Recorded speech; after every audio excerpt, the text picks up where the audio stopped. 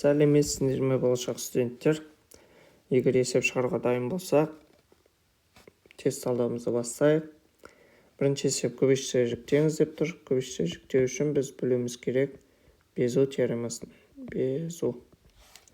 Егер безу теоремасын ұмытып қалсаңдар, немесе безу теоремасы ұзақ десеңдер, одан да оңай жеңіл жолы бар. X орнына 0-ді қойып көре салыңдар. 0-ді қойсақ, кез келген санын 0-ге көшсек 0 болады. Сонда бізде жауап 6 шығады. X орнына 0-ді қойған кезде 6 шығады. Жауаптарды қараңдар. 0, 0, 0 болса, 1, 2, 3 көбейтеміз 6 болады. 0, 0, 0, 1, 2, 4 көбейтеміз 8 болады. 1, 3, 5 көбейтсек 15 болады. 1 и 3-тің квадраты. Ол бізде 1 көбейті 3-тің квадраты, ол 9-ға тең болады. Дұрыс әрі нақты жауап А болады екен. Келесі есеп. Аның тиісті мәндер аралығы берілген, ықшамдалған түрін табу керек мына өрнектің. Осы аралықтан бір санды алайық, мысалы -3. -3-тің квадраты азайту 4, -3-ті модульдан шығарамыз, азайту 2. Аның орнына -3-ті қойып жатырмын. Осы аралықтан. Өздерің ыңғайлы, мысалы -4-ті алсаңдар болады, 5-ті, -шексізге дейін любой санды алсаңдар болады. Бірақ -2 емес. Неге? Себебі жай жақша болғандықтан ол қатыспайды. Так, енді кеттік. -3-тің квадраты 9, азайтамыз 4-ті бөлеміз. -3-тің модульдан 3 шығады, 2-ні азайтсақ 1. 9-дан 4-ті азайтсақ 5, 1-ге бөлсек 5. Орнына қояқ -2, -3, ол -5-ті береді. Бізде 5-тің өзі шығып тұр. Сондықтан бұл жауап болмайды. -3 плюс 3 болып кетеді, 3-тен 2-ні азайтсақ 1. Бұл да жауап болмайды. -3 плюс 2 ол -1-ді береді, ол да жауап болмайды. -3 плюс 3 болып кетеді, 2-ге 3-ті қоссақ 5 деген жауап. Ол жауап Д нұсқасы дұрыс деген сөз. Келесі есеп. Біз бұл есепті мәнін табуымыз керек. Өрнектің мәні разницасы бізде не болып тұр? Мынау 3 дәреже, мынау 2 дәреже болып тұр. X-тің квадраты 7-ге тең болса, X нешеге тең болады деп алайық. Түбір астында 7, одан жоқтап алғанда 2-де 6 деген жауап шығады. Жоқтап алғанда. Ал енді біз 2-де 6-ны X кубты табуымыз керек, қана жерде 3 дәреже. 2-де 6-ны сразу кубтай салайық. Жоқ, шамамен 18 деген жауап шығады. Дұрыс жауабы 18 деген сөз. Келесі есеп. 2 мүшеге бөлгендегі қалдықты табу керек.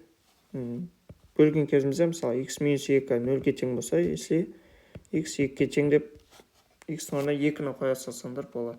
Сонда бізде жауап не болады? 2-нің 4 дәрежесі 16, оны 2-ге көбейтсек 32-ге тең болады. 2-нің 3 дәрежесі 8, 7-ге көбейтсек 56-ға тең.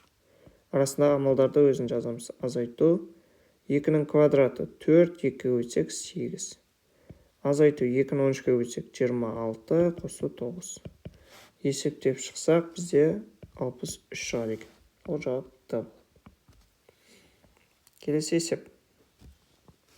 Біз бұл есепті шығару кезінде теңдеулер жүйесін қосу формуласын қолданамыз. Қосып жіберетін болсақ, синус квадрат, косинус квадрат, x-тер қосылса 1 болады. Косинус y қосылса 2 косинус y болады. Тең -1-ді 0-ге қоссақ -1 болады. 2 косинус y тең болады -1, -2 болады. Косинус y тең болады, сонда -1-ге. Егер косинус y-тің орнына -1-ді қоятын болсақ, синус квадрат x -1 тең -1-ге. Синус квадрат x-іміз 0-ге тең болады. Косинус y, косинус қаншада 1-ге тең -1-ге, косинус 180 градус немесе пида. Косинус тоже өліп кетсе, y тең болады пиға деген сөз. Ал синус 0-ге тең болады, қашан ол 0 градус болған кезде. Ал енді қарайық. Косинус бірінші x-тің мәні, екіншісі y-тің мәні. X-тің орнына біз 0-ді қойымыз керек, сондықтан пи бөлу 2 болмайды. Мына жерде 0 болып тұр, мына жерде пи бөлу 2. Y-тің орнына пи болу керек, сондықтан бұл да болмайды. Пи бөлу 3 болмайды. Мына жерде 0 болып тұр, мына жерде пи болып тұр. Сондықтан бұл жауап сәйкес келіп тұр. Все. Келесі есеп. Біз немесе мына есепте орнына жауаптарымен тексеріп қойсаңдар да болады. егер қосу әдісіне келмесе, иә. Келесі есеп.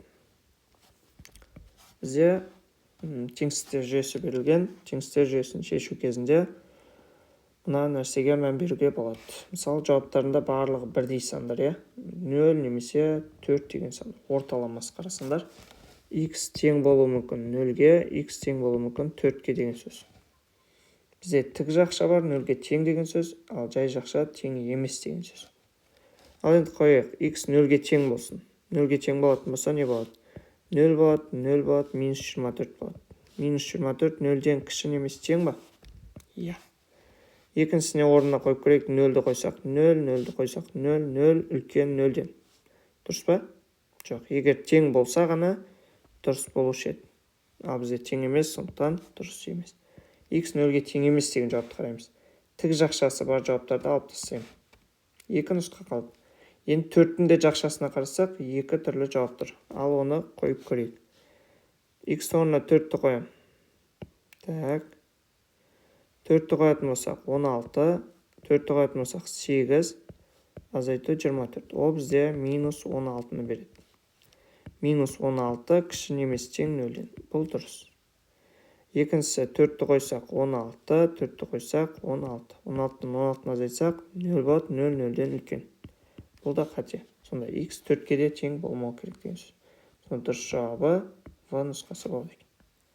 Келесі есеп.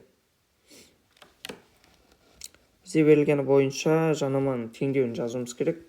Жанаманың теңдеуі X минус 2-ні X-ің орнына апарып қоя салайық. Минус 2-ні қойсақ минус 8, минус 2-ні қойсақ минус 6, минус 2-ге көбейтсек, ол плюс 12-ні береді. Минус 8 плюс 12, ол бізде 4-ті береді. Ал енді орнына қояйық. Минус 2-ні X-ің орнына қойып жатырмын. Минус 2. Бірінші шешім мына жерде минус 10 плюс 7. Ол минус 3-ті береді. Көрінбей қалмасын. Так, 3-ті беріп тұр.